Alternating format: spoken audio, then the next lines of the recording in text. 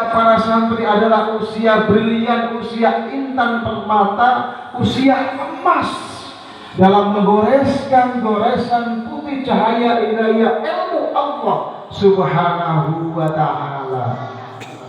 Karena Allah Subhanahu wa ta'ala tidak akan mengangkat kewajiban menuntut ilmu kecuali Allah akan mengangkat ruh dari jasadnya baru usai menuntut ilmu. Talabul ilmi minal mahdi ilal lahdi. Bahkan apakah cukup sampai itu? Tidak.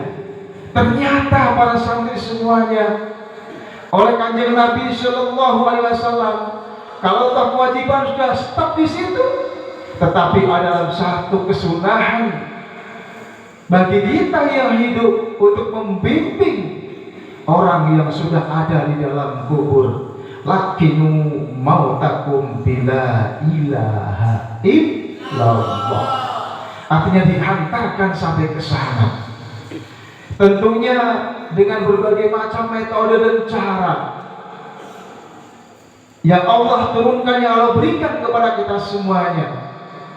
Bagi kita yang sudah sepuh-sepuh tidak mungkin nyantri seperti panjenengan semuanya.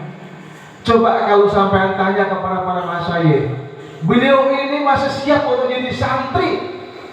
Kalau memang ada yang biayai, kemudian ada yang memberikan kebutuhan, semua kebutuhan, masih siap untuk berangkat? Coba sampai tanya ke Gus Jafar, masih siap beliau nyantri? Kalau yang di rumah siap, ada yang ini, ada semuanya diberes, semuanya nanti masih siap. Masya Allah. Begitu masa emas, masa brilian waktu yang Allah berikan kepada para santri semuanya, sehingga jadilah waktu, kesempatan yang Allah turunkan, berikan, Allah pilihkan kepada hamba-hamba Allah Subhanahu wa ta'ala. Jadi para santri berkumpul di Pondok Pesantren Miftahul Ulum ini adalah bagian wujud bentuk Allah memilih kepada kita semuanya. Amin Allahumma amin. Maka jangan pernah sia-siakan. Panjenengan tentunya sudah beroleh ilmu itu dari kaifiyah talabul ilmi, bagaimana cara menuntut ilmu, akhlak menuntut ilmu agar ilmunya berkah dan sebagainya. Banyak kaifiyah yang diberikan oleh para masyayikh, oleh para mu'alif, kitab-kitab yang disalurkan kepada semuanya.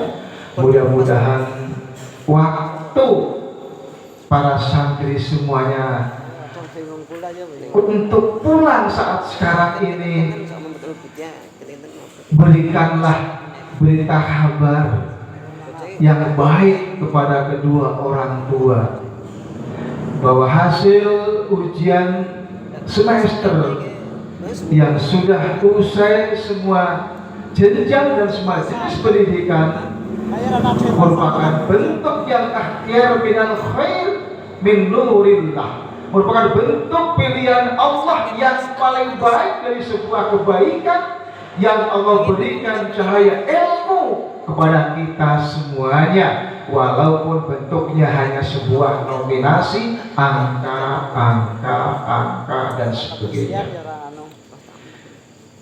Para santri yang dimuliakan oleh Allah Subhanahu wa ta'ala,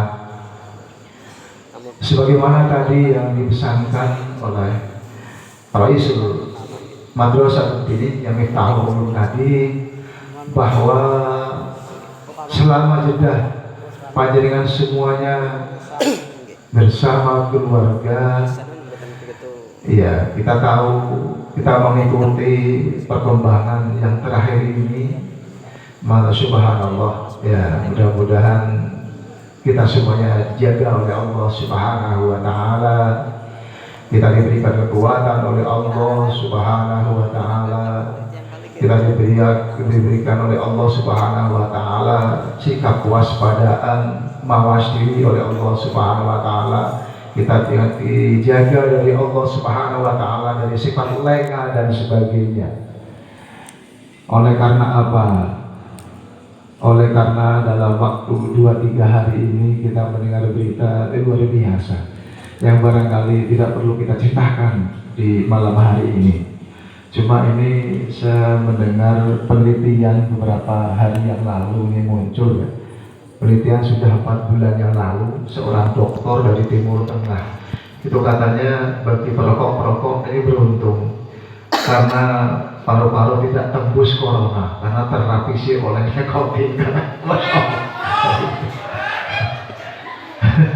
Itu baru alam ya, nggak tahu itu apa hoax apa enggak ya. Ini bukan berarti santri suruh merokok, tidak. Ini hanya temuan.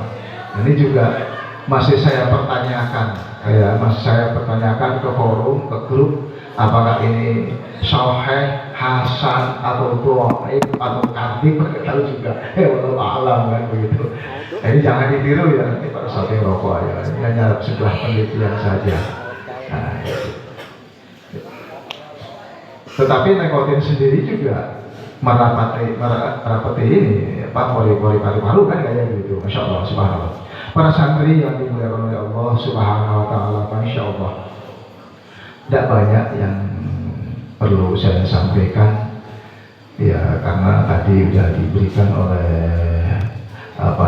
pimpinan madrasah dan nanti disambung lagi oleh Abah di Islam untuk mengakhiri doa dan nanti langsung ditambah dengan dia tausiah lagi lah untuk pesan kepada panjenengan semuanya, kita semua yang hadir ya gitu. Kemudian pesan saya, kalau ada sekiranya dokumen-dokumen ilmu yang dikhawatirkan di pondok bakal kejejer karena mungkin ada perubahan tempat atau bagaimana kan gitu kan, yang memang itu menjadi dokumen yang lalu, itu tolong disimpan benar-benar. Kenapa kok ini setiap kali saya pesankan? Karena pesan Simbah Haji Mukhlasuddin dulu almarhum dulu seperti itu. Jadi catatan sejelek apapun, isinya itu adalah cahaya nur dari Allah Subhanahu wa Ta'ala. Yang di situ ada goresan silsilah para masyayikh ke dalam diri kita, dan itu salah satu bukti khidmat kita terhadap apa yang didoakan oleh para masyayikh adalah mengopeni, memelihara, menjaga goresan kita, tutur kata yang diberikan oleh para masyayikh yang sempat kita kutip itu benar-benar diopeni. Jadi panjenengan semuanya para santri, kita mungkin juga semua sama dari para masyayikh ya, tidak ingin apa yang sudah disampaikan sia-sia, tentunya dengan keterbatasan kita semuanya. Mudah-mudahan Allah Subhanahu wa Ta'ala memberikan hal-hal yang tidak terbatas pada pengetahuan ilmu para santri semuanya. Para santri ingat ketika ada seorang masyayikh, seorang ustadz, seorang kiai, dia menggambarkan sebagai seorang yang berposisi bagaikan timbangan. Panjenengan tahu timbangan? Timbangan ya, timbangan. Kalau timbangan dipegang oleh bakul emas, maka akan digunakan untuk menimbang emas. Kalau digunakan oleh pedagang yang berdagang beras, maka digunakan akan menimbang beras. Tapi timbangan kalau dipegang oleh pedagang ganja, maka akan digunakan untuk menimbang ganja. Nah, persoalannya ketika timbangan ini digunakan untuk menimbang emas, karena pedagang emas sudah 10 tahun dipegang oleh pedagang emas ini, kira-kira sudah berapa juta emas terjual hasil timbangan itu? Berapa kira-kira? Taruhlah 10 juta.